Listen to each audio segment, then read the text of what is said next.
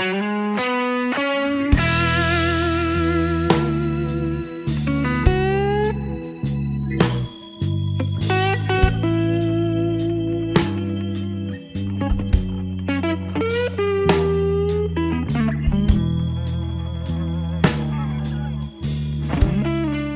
guys, Dave here, back in the shed, but we're not in the shed today, we're in the workshop. Today I'm going to be doing a Cambelt replacement on this Fiat Ducato. If I just swing the camera around and give you a view of what we're doing. So there's the engine. We've got to remove the cam box cover and the Cambelt cover at this end. I will also be removing the intercooler, which is down here. If I just move the camera back a little bit, you'll see that I've actually got most of the front end off this vehicle. That's because we've got quite a lot of welding repairs I'm doing at the same time, but for now we'll concentrate on the Cambelt. This is the intercooler. I'll be removing this to give better access to the Cambelt. First things first, I'll take the cam box cover off. So we'll remove the oil filler cap.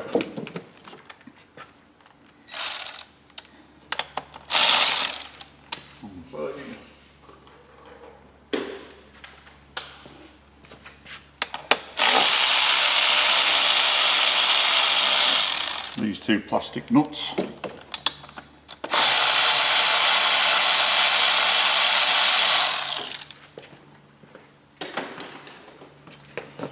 And then that cap will come off. It's a good idea to wipe any dirt off around here, because that obviously could get knocked into the oil filler section. And you've got this cover off. There we go. Just have to wiggle it out from under the pipe work.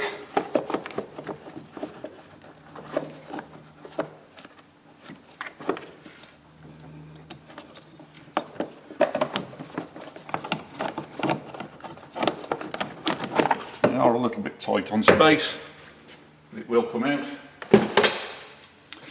And that's a mat that sits underneath there for noise reduction. It muffles the clatter of the diesel. Ooh, wow. Down in here, I'm not sure if you can see it on the camera, but the injector segment, there's a well, if you like, where the injectors sit, is absolutely full of water.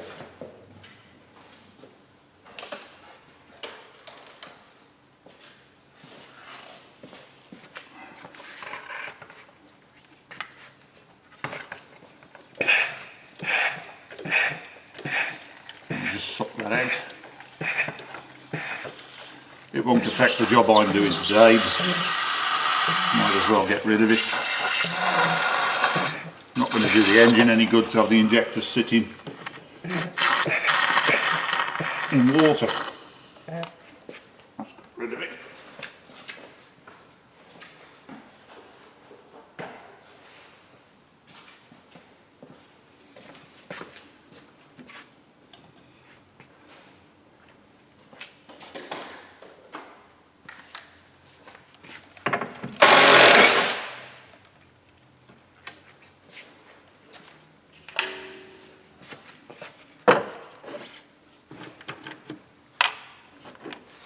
There's that magnetic tray for all the nuts and bolts that we take off.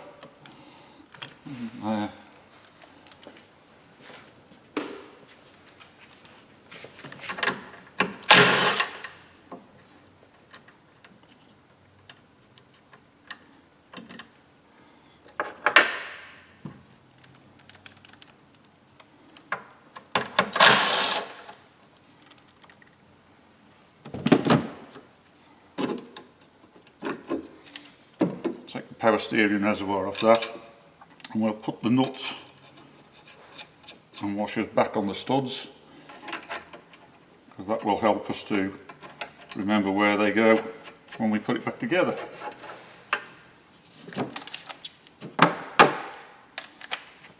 Remove that. There's that bracket.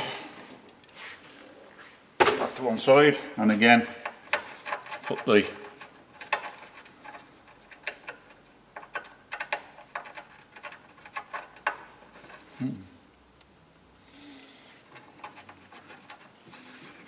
bolts back in the holes, and put those plastic back on the caps, on the studs. Now, as it happens, the engine has stopped with the timing mark very nearly in its correct position, or a timing mark. Whether that's the original one, I don't know, or whether it's one somebody's Tipexed in place, but we'll have a look when we get into it a bit deeper. Chuck that out of the way.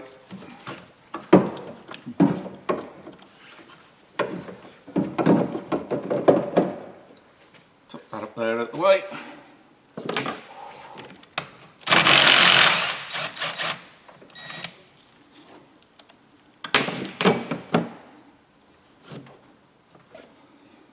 Bolt off.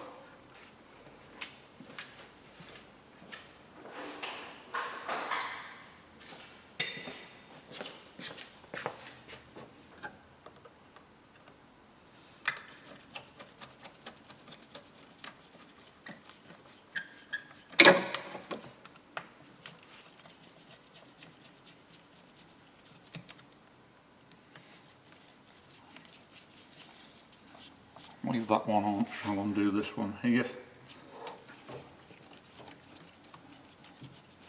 These are the pipes from the turbo to the intercooler, and from the intercooler back to the inlet manifold of the engine.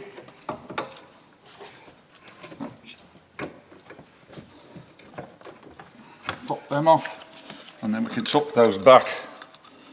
Take the Jubilee clips off them so we don't lose them. I'll tuck those back over there out of the way.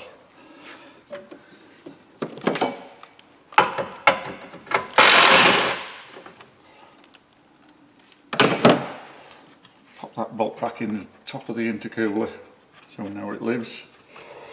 The top intercooler mounting has disintegrated, not unusual, and this is a 25-year-old vehicle. So really not that unusual.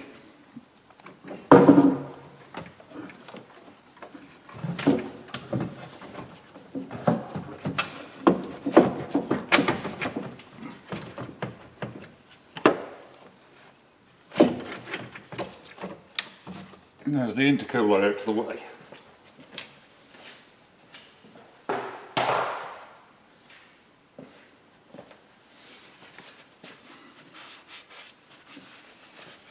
That gives us a bit better view of what's going on down here. I'll reposition the camera to give you a better view in a moment. It can be a bit of a fiddle to get into the belt cover fixings, but there's not many of them, thank goodness. So, first one's down here.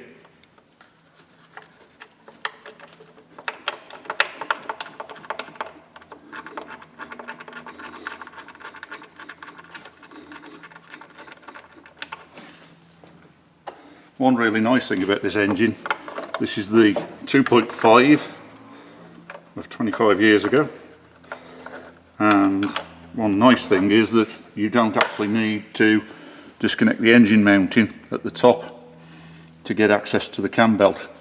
You just need to take the cover off and then we can get at it. So no need to support the engine artificially, the engine mounting can stay in place.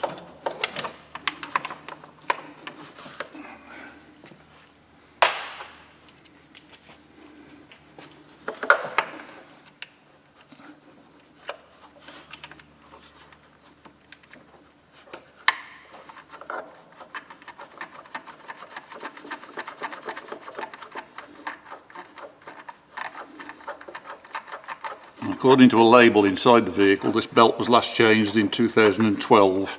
It's now 2020, so this belt has been on there for 8 years. They should, by rights, be replaced at 5-year intervals. I think it's 80,000 miles or 5 years, whichever comes sooner. And the reason there is a time as well as mileage is because rubber degrades with age, and if that belt breaks or loses teeth, it will pretty much destroy the engine. It would allow the valves to meet the pistons, and if that happened at motorway speeds, it will certainly destroy the engine. If it happened at low engine speed, tick over, parking speed,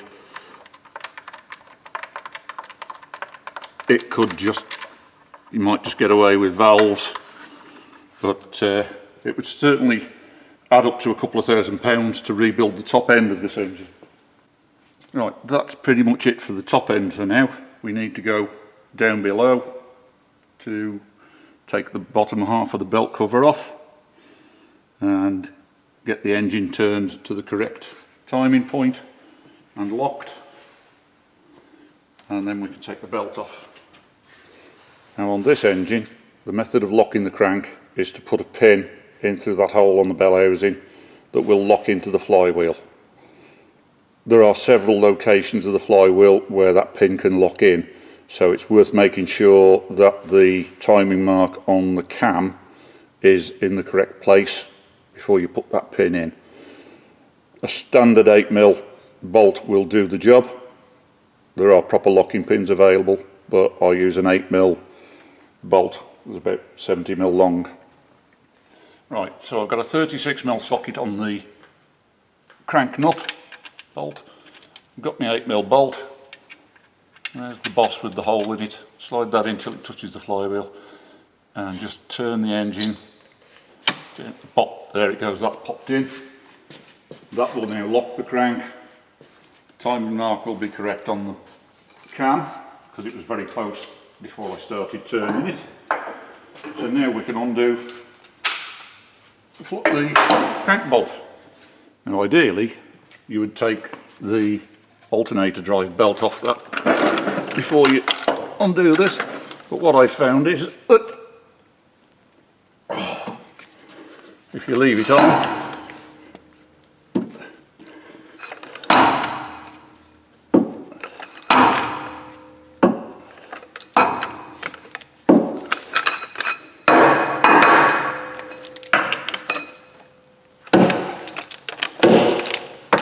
when you take the bolt out,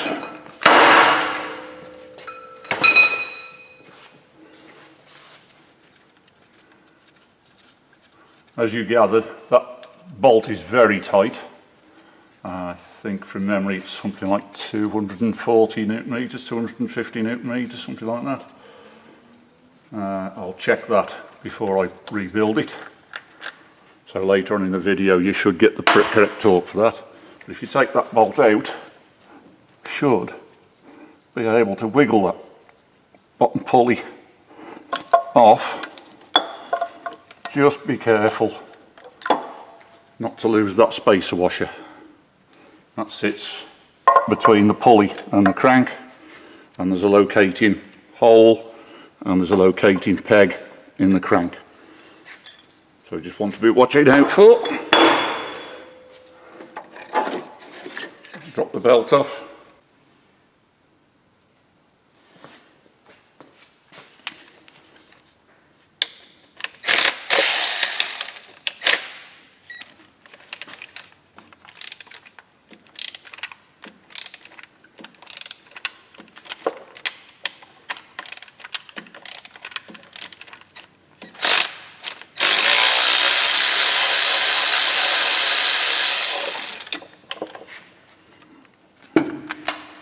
That should be the last fixing of the upper belt cover,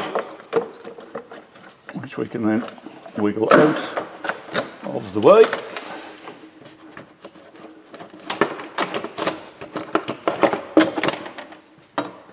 And remove.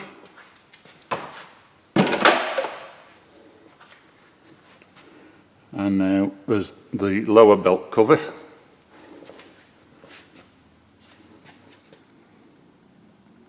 If I was doing this on the ground and the bumper was still on, I'd have removed the driver's side front wheel. But because of the situation I've got with the bumper off to do a lot of welding repairs, I can do it without taking the wheel off and without jacking the vehicle up. which is helpful on this vehicle because the jacking points have all but disappeared through corrosion. Just a part of the repairs that we've got yet to get into.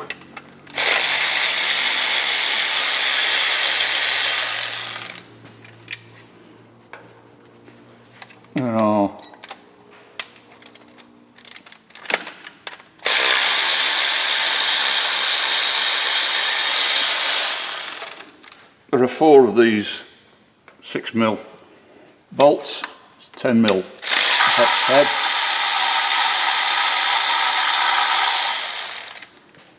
I'd hold the lower cover on.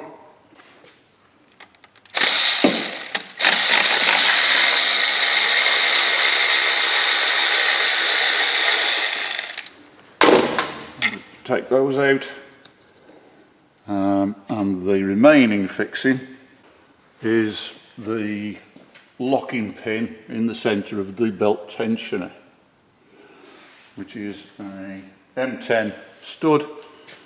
So the nut is 17mm.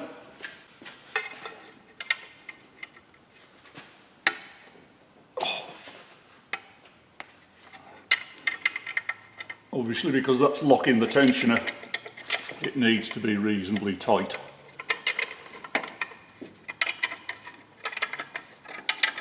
Very often what I've found with these engines is that the nut is so tight on the stud that the stud unscrews from the block rather than the nut unscrewing off the stud,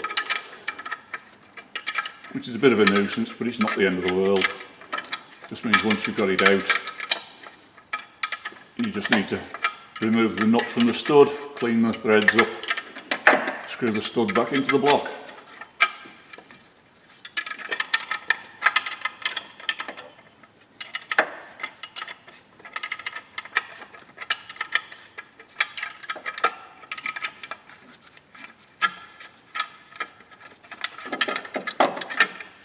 And there's the lower cover, and there's the stud. Now there's 2 washers on the inside of that.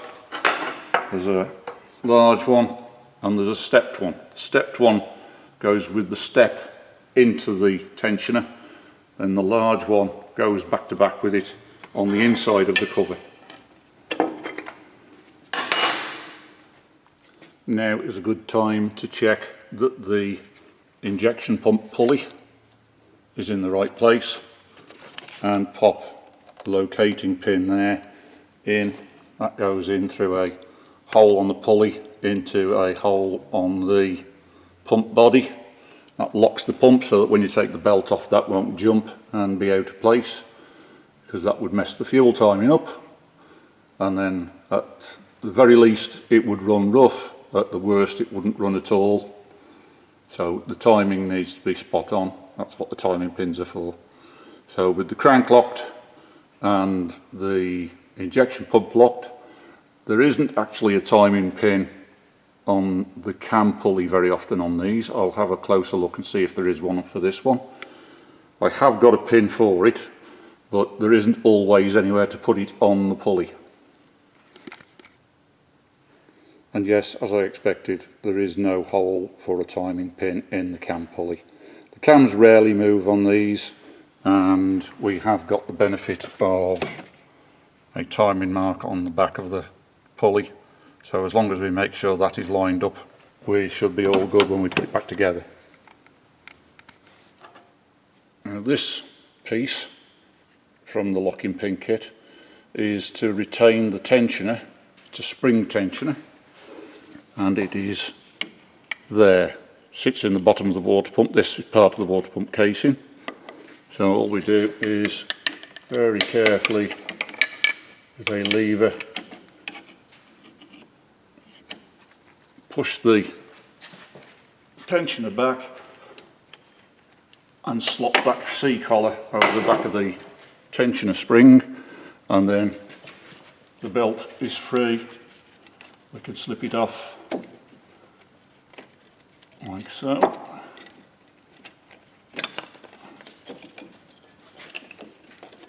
Take him all the way off.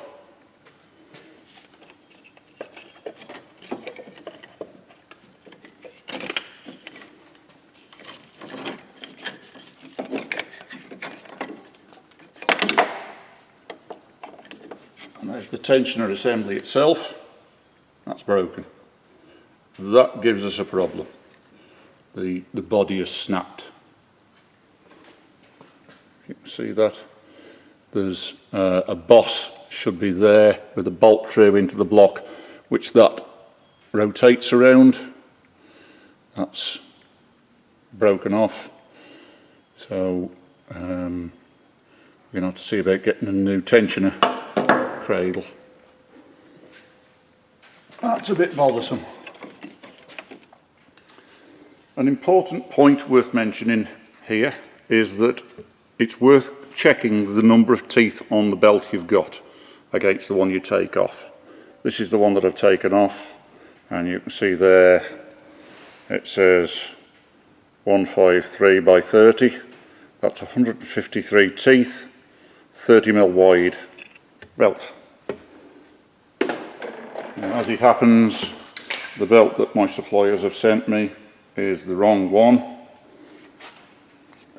If we look there, we can see 152 teeth, 30mm wide. That belt will not fit.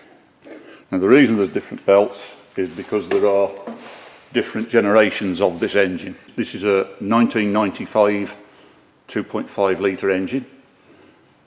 Around about 1998, 1999 it was increased in capacity to 2.8 litres, and in late 2001 it was converted to common rail injection and became the JTD, again at 2.8 litres.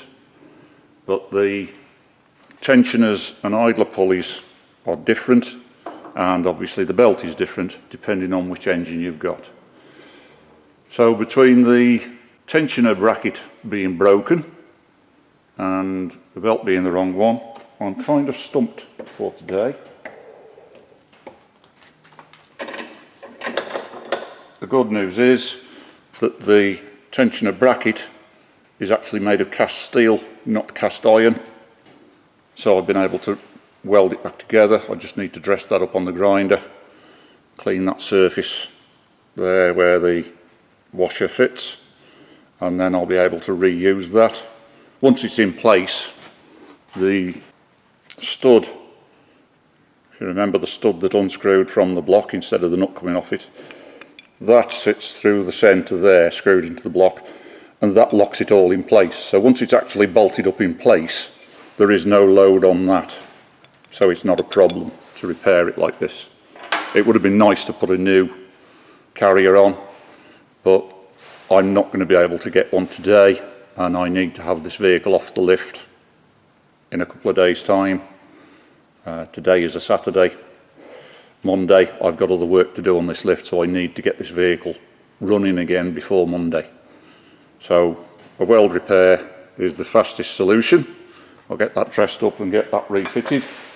I'm going to have to refit the old timing belt as a temporary until I can get the correct belt on Monday. That's about it for now.